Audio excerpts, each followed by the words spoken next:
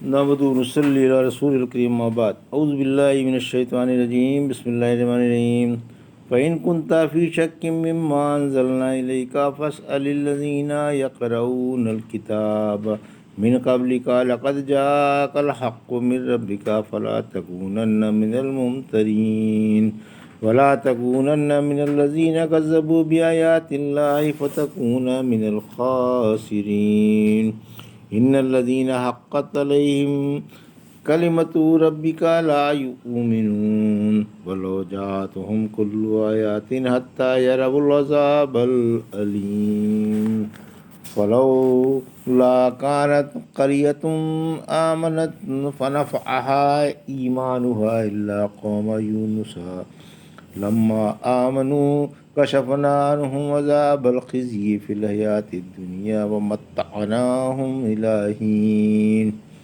ولو شاء ربک لآمن من فی الأرض كلهم جميعا أفأنت تکرہ الناس حتى يكونوا مؤمنین وما كان لنفس أن تؤمن إلا بإذن الله وَيَجْعَلُ الرِّجْسَ عَلَى الَّذِينَ لَا يَعْقِلُونَ۔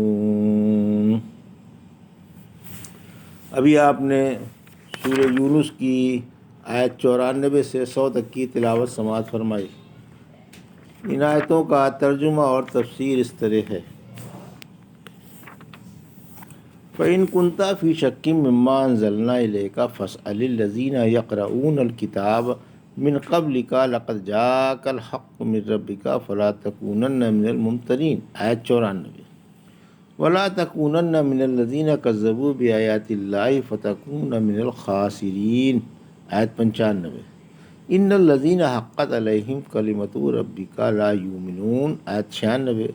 ولو جاءتهم كل آيات حتى يروا العذاب الأليم آیت 97۔ ترجمہ: پھر جو کچھ ہم نے آپ پر اتارا، اگر اس میں سے کسی بات میں بھی آپ کو شک ہو تو آپ ان سے پوچھ لیں جو آپ سے پہلے کی کتابیں پڑھتے چلے آئے ہیں۔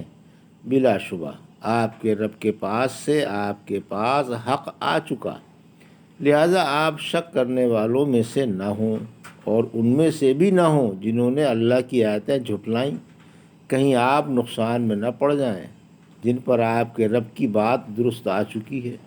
کبھی ایمان نہیں لائیں گے اگرچہ ان کے پاس تمام نشانیاں آ جائیں، جب تک کہ دردناک عذاب نہ دیکھ لیں گے۔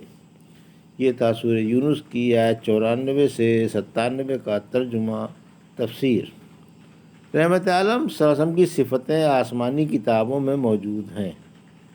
جب یہ آیت اتری تو رسول اللہ صلی اللہ علیہ وسلم نے فرمایا: نہ مجھے شک ہے اور نہ میں کسی سے پوچھوں۔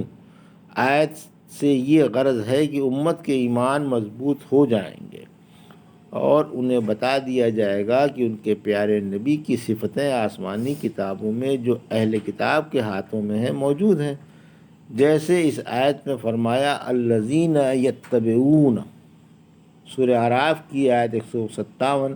جو لوگ اس رسول کی اور اس نبی امی کی جن کی صفتیں اپنے پاس توریت اور انجیل میں لکھی ہوئی پاتے ہیں پیروی کرتے ہیں۔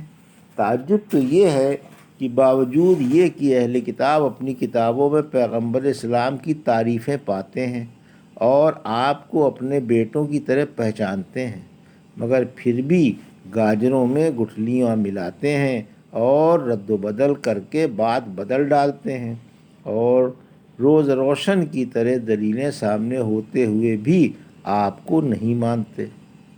آیت 96۔ اسی وجہ سے اللہ نے فرمایا کہ جن کافروں پر آپ کے رب کی بات ٹھیک اتر آئی ہے وہ ایمان لانے والے نہیں ہیں۔ آیت 97۔ اگرچہ ان کے سامنے دنیا بھر کی دلیلیں رکھ دی جائے جب تک کہ دردناک عذاب نہ دیکھ لیں گے، یعنی ایسے ایمان نہیں لائیں گے جو انہیں فائدہ پہنچائے، بلکہ بے وقت ایمان لائیں گے جو بے سود ہوگا۔ فلولا كانت قرية آمنت فنفعها إيمانها إلا قوم يونس لما آمنوا كشفنا عنهم عذاب الخزي في الحياة الدنيا ومتعناهم إلى حين۔ آیت 98 ترجمہ۔ پھر کوئی بستی ایمان نہیں لائی کہ اسے اس کا ایمان فائدہ ہی پہنچاتا بحجز یونس کی قوم کے۔ جب وہ ایمان لے آئی تو ہم نے ان سے دنیا میں رسوا کرنے والا عذاب ہٹا دیا اور انہیں ایک عرصے تک فائدہ اٹھانے دیا۔ یہ ترجمہ تھا آیت 98 کا تفسیر۔ پہلی قوموں کی کوئی بستی ایسی نہیں کہ وہ ساری کی ساری اپنے زمانے کے رسول پر ایمان لائی ہو، بلکہ آپ سے پہلے ہم نے جو رسول بھی کسی قوم میں بھیجا اس پر اس کی ساری قوم یا اکثر قوم ایمان نہیں لائی۔ سورہ یاسین کی آیت 30 میں فرمایا، لوگوں پر حسرت و افسوس ہے کہ ان کے پاس جو رسول بھی آتا ہے یہ اس کا مذاق ہی اڑاتے ہیں۔ غرض یہ کہ پہلے لوگوں کی کوئی بستی ایسی نہیں جو سب کی سب اپنے نبی پر ایمان لے آئی ہو، بحجز قوم یونس کے جو نینوا کے باشندے تھے۔ یہ لوگ اس عذاب سے ڈر کر ایمان لے آئے جس کے آنے کی خبر ان کے نبی یونس علیہ السلام نے دی تھی اور اس کے اسباب بھی معائنہ کر چکے تھے۔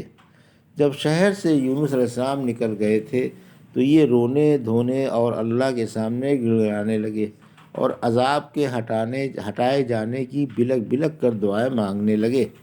اللہ کو ان پر رحم آ گیا، آنے والا عذاب ان سے ہٹا لیا گیا اور انہیں مہلت دے دی گئی۔ کہا جاتا ہے کہ انہوں نے عذاب کے اسباب دیکھ کر اپنی بے بسی کا اظہار کیا، خوب روئے دھوئے، توبہ کی، نافرمانیاں نہ کرنے کا اقرار کیا، نیک بننے کا وعدہ کیا۔ اللہ نے اپنی مہربانی سے ان سے عذاب ہٹا دیا۔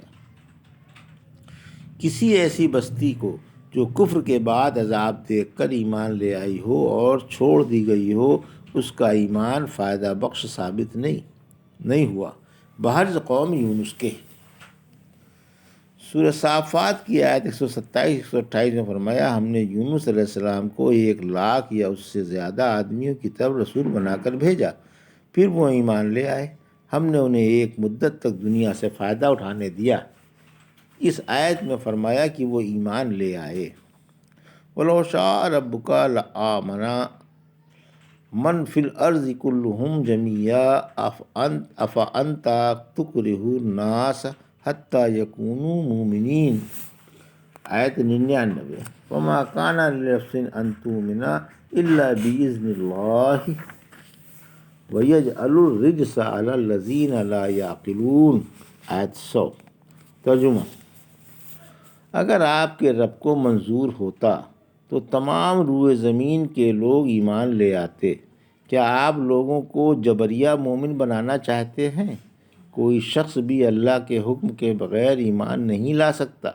اللہ انہی پر پلیدی ڈالتا ہے جو عقل و فہم سے کورے ہوتے ہیں۔ یہ ترجمہ تھا آیت 99 اور 100 کا تفسیر۔ آیت 99۔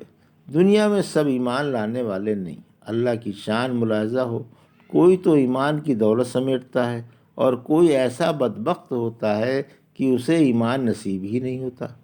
اگر اللہ کو منظور ہوتا تو اے پیغمبر اسلام آپ روئے زمین کے تمام لوگ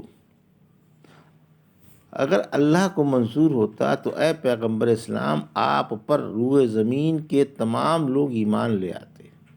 فرمایا سورہ ہود کی 118-119 آیت میں، اگر آپ کا رب چاہتا تو لوگوں کو ایک ہی امت بنا دیتا، لوگ برابر اختلافات میں پڑے رہیں گے، مگر جن پر اللہ کی مہربانی ہو اسی کے لیے انہیں پیدا کیا گیا ہے، اور آپ کے رب کی یہ بات پوری ہو کر رہے گی کہ میں جہنم کو جنوں اور انسانوں سے بھر کر رہوں گا۔ آیت 100۔ اللہ کے ارادے کے بغیر کوئی شخص ایمان نہیں لا سکتا۔ اللہ انہی کو گمراہ کرتا ہے جو اس کے دلائل میں غور نہیں کرتے اور عقل و فہم سے کام نہیں لیتے۔ اللہ لوگوں کو ہدایت و ضلالت میں عدل ہی سے کام لیتا ہے، اس کی کوئی بات بھی عدل و حکمت سے خالی نہیں۔ یہ تھا سورہ یونس کی آیت 94 سے 100 کا ترجمہ اور تفسیر جو بھی آپ نے سماعت فرمائی۔ بارک اللہ لی و لکم فی القرآن الحکیم و نفعنی ایاکم بآیات الذکر الحکیم۔